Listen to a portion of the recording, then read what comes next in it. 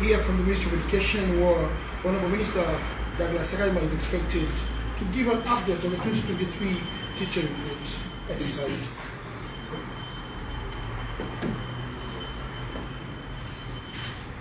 Ladies and gentlemen, we now have the Permanent Secretary responsible for administration to please speak. Thank you so much.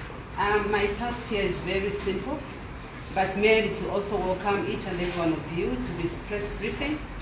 And also I know that you are anxious for the much awaited for 2023 teacher recruitment. So without wasting any of your time, it is my honor and privilege to just call upon our well-able Honorable Minister of Education, that Honorable Douglas Yakalema, to just address this press briefing. Honorable Minister, sir.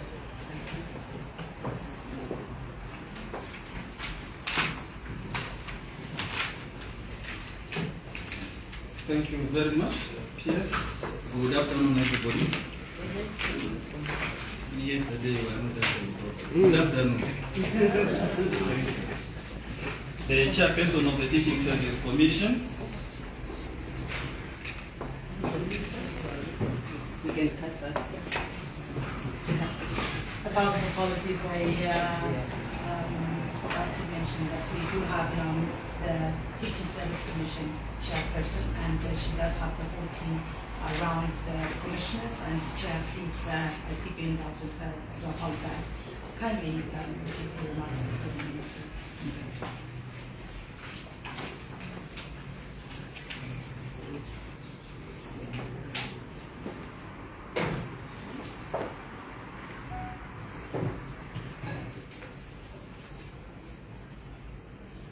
Thank you.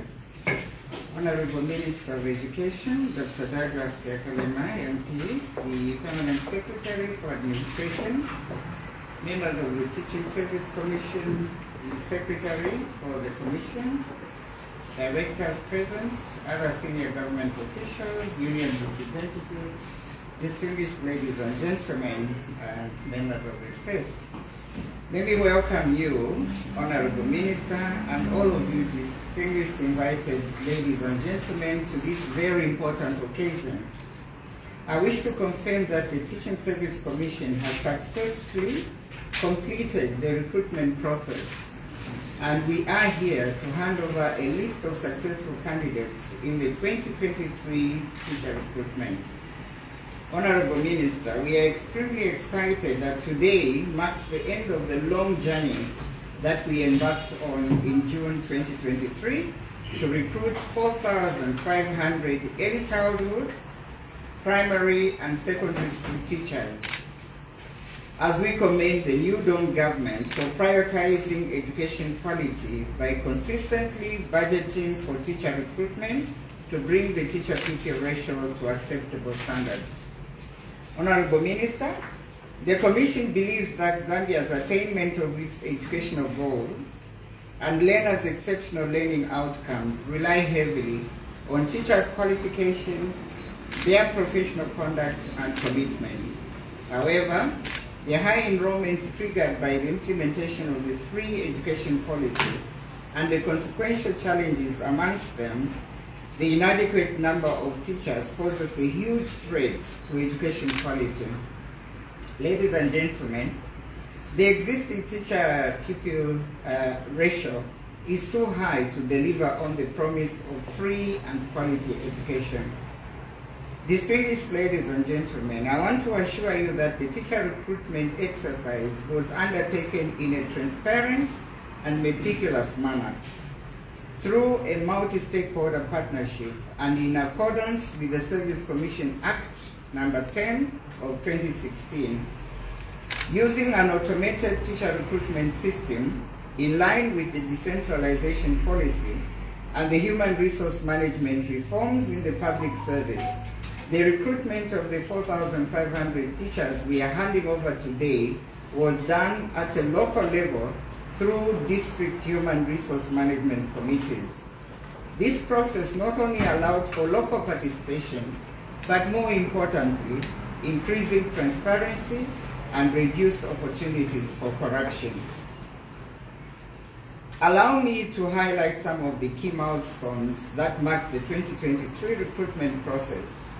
Following the establishment of multi-stakeholder technical committee comprising Ministry of Education, the Teaching Service Commission, Teaching Council of Zambia, teachers' unions, and the Public Service Management Division to manage the strategic coordination and communication, data collection and analysis in all the 116 districts was undertaken to identify the staffing needs.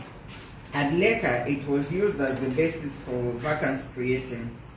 For the first time ever, the Commission employed technology to virtually swear in and orient district and provincial human resource management committee members to prepare them to use the integrated teacher recruitment system for the selection and validation of teachers.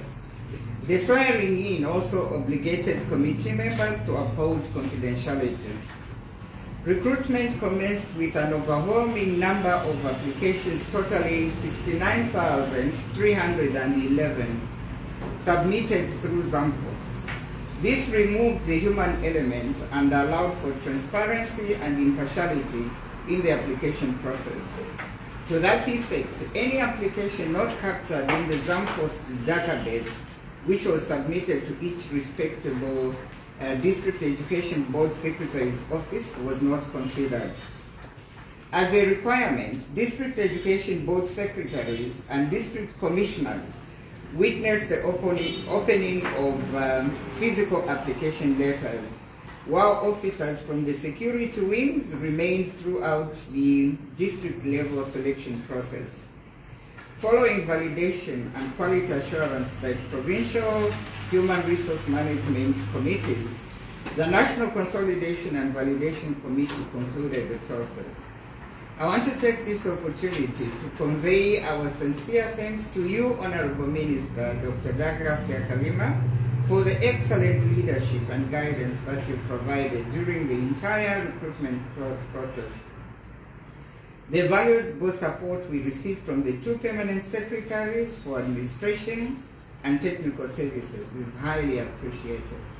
Finally, the Commission extends its sincere appreciation to the National Technical Committee members of the Teaching Service and members of the Teaching Service Secretariat and the Provincial and District Resource Human Resource Management Committees countrywide for the evident dedication to duty and dedication to accomplishing this important national assignment. Honorable Minister, distinguished ladies and gentlemen, let me reiterate the Commission's pledge to remain resolute to supporting government's aspiration to improving the teacher-pupil ratio in all our public schools until the nation attains the desirable teacher-pupil ratio.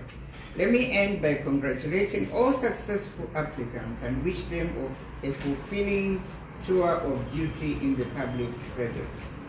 I thank you for your attention and now present the list of 4,550 recruited teachers in 2023. Thank you.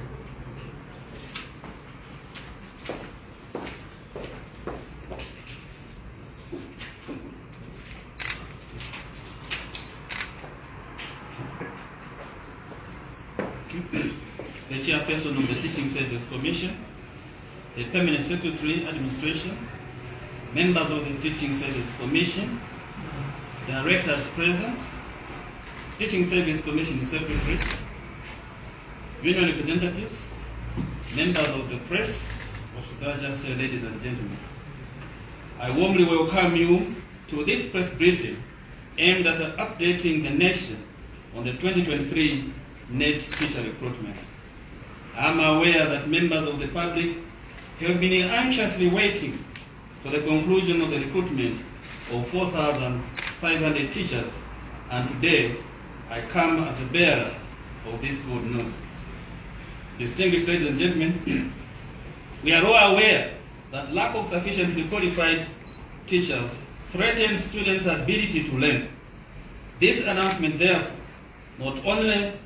is not only critical to address the high teacher-pupil ratio, standing at an average of 1 to 58 for primary and 1 to 38 for secondary schools, contrary to the acceptable teacher-pupil ratio of 1 to 45 and 1 to 35 at primary and secondary schools respectively, but also to respond to government's aspiration to realize sustainable development goal number 4 of ensuring inclusive and equitable quality education for all.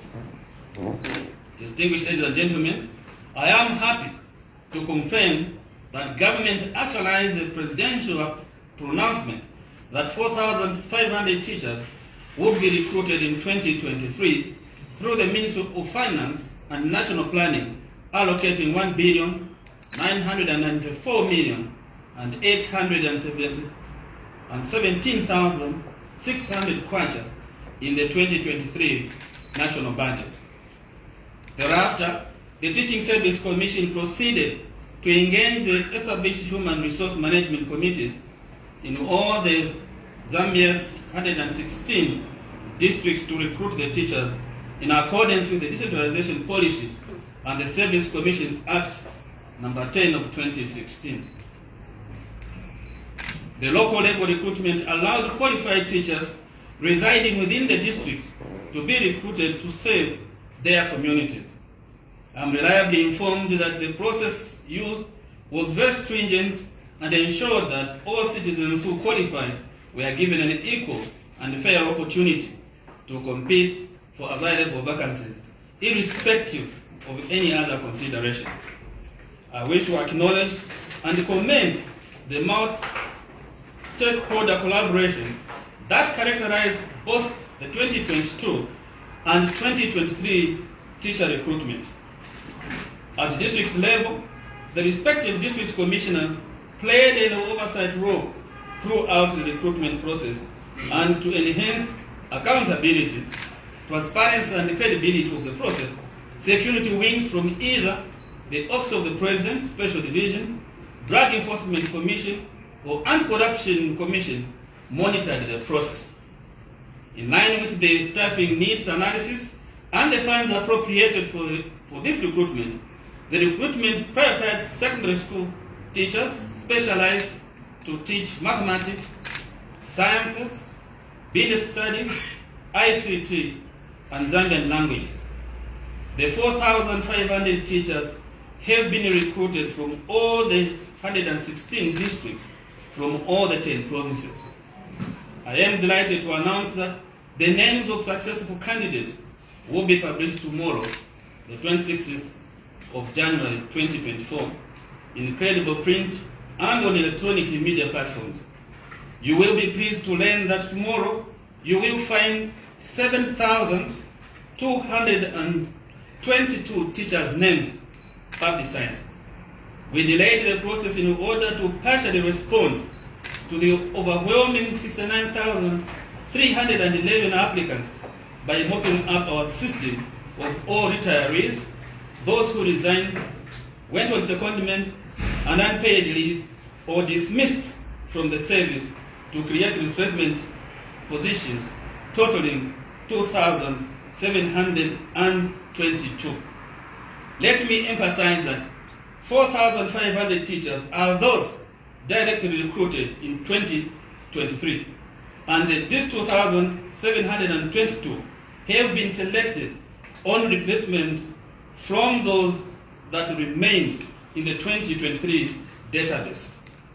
Recruited teachers will be required to collect their appointment letters from the District Education Board Secretaries' offices where they are selected. Thereafter, they are expected to begin processing their appointment documents in readiness to report for duty within the first term. Distinguished ladies and gentlemen, you may wish to know that in the 2023 recruitment, applicants above the age of 45 were allowed to apply as long as they showed proof of NAPSA contribution, and of the 4,500 teachers recruited, about 1% would be over 45 years old, implying that almost all the teachers recruited are relatively youthful.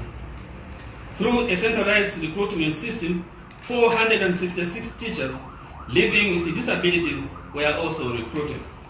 As I conclude, I wish to express gratitude to His Excellency, the President of the Republic of Zambia, for this commitment to ensuring that every Zambian child receives quality education, as this is the only sure way of guaranteeing a prosperous Zambia by the year 2030.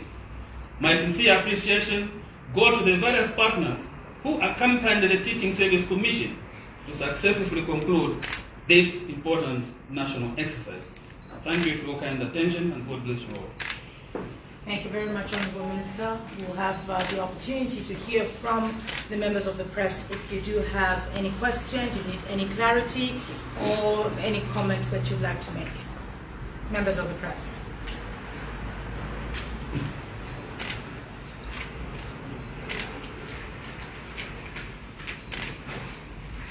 Members of the press. I was getting a lot of calls before the day, so I thought you'd come with a number of them up your sleeves. If not, we will allow for the minister to depart, unless the minister would like to just...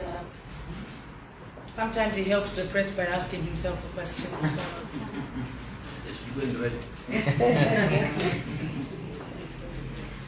Let's just be upstanding, ladies and gentlemen.